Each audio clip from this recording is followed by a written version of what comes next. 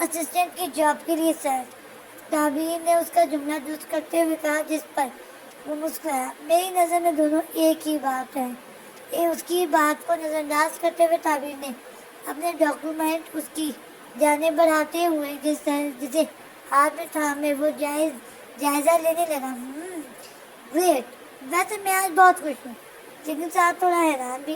آتش تعبیر کو تجسس میں ڈالنا چاہا، مگر وہ خاموشی سے اسے دیکھنے لگی۔ خوش اس لیے ہوں کہ مس تعبیر علی نے آخر کار غلامی قبول کر ہی لی، لیکن حیران اس لیے ہوں کیونکہ مجھے یاد پڑتا ہے کچھ وقت پہلے کسی معصوم سی نازک سی خوبصورت سی لڑکی مجھے اپنے نازک سے لبوں سے یہ دھمکی دے کے گئی تھی کہ وہ مر تو سکتی ہے لیکن آتش جرانی کی غلام نہیں بن سکتی۔ وہ تنزیہ کہتا ہوا خود اپنی ہی بات پر مسکرایا، جبکہ تعبیر نظروں سے اسے دیکھنے لگی۔ خیر، مبارک ہو مس تعبیر علی، آپ کی جاب کنفرم ہو چکی ہے۔ آپ آج ہی سے اپنی جاب جوائن کریں گی اور اب سے ہمیشہ ہم دونوں ساتھ۔ زومان الفاظ کہتا ہوا وہ رکا، جس پر وہ سخت تاثر دیے اسے دیکھنے لگی۔ ہم دونوں ساتھ کام کریں گے، اپنی مقصود مسکراہٹ لیے وہ کہتا ہوا اس کے آگے ہاتھ بڑھانے لگا۔ تھینک یو سو مچ سر آتش۔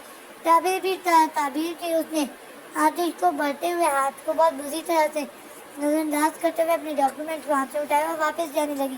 سنیے مس تعبیر علی، اس کے بڑھتے قدم رکے تھے جب تعبیر نے اس کا نام پکارا۔ جیسا کہ آج سے آپ اپنی جاب پر آ چکی ہیں تو میری پروڈیوسرز کے ساتھ میٹنگز، میری فوٹو شوٹ کا وقت، تاریخ، جگہ اور تمام دوسری میٹنگز کی ڈیٹیل سے آپ مجھے انفارم کریں گے اور میری شوٹنگ کے دوران بھی آپ میرے ساتھ ہوں گے۔ آتش جرانی نے سنجیدگی سے کہا، جس پر اس نے اس بات میں سر ہلایا۔ اب جب وہ یہ جاب جوائن کر ہی چکی تھی تو آتش جرانی کی ہر بات کو ماننا اس کے کاموں میں سے تب ایک تھا۔ میں نے اولڈ اسسٹنٹ کو فائر کر دیا ہے، وہ جاتے جاتے آپ کو تمام کام سمجھا دے گا۔ آتش نے ایک نظر اس کی نازک سی گردن کے نازک سے نیکلیس پر ڈالی اور اپنی جذباتوں کو قابو کرتا ہوا وہ اپنی بات مکمل کر کے رخ بدل گیا، جبکہ تعبیر بنا کچھ کہے وہاں سے چلی گئی۔ سین چینج۔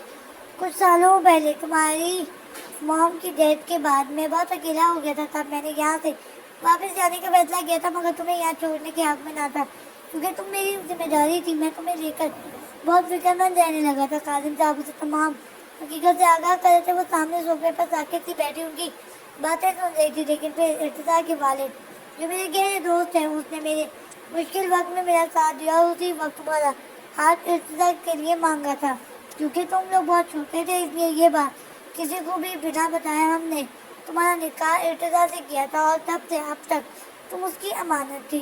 قاسم صاحب نے اسے تفصیل سے بتایا، جبکہ آئزر کو اپنی زندگی ختم ہوتی محسوس ہوئی تھی۔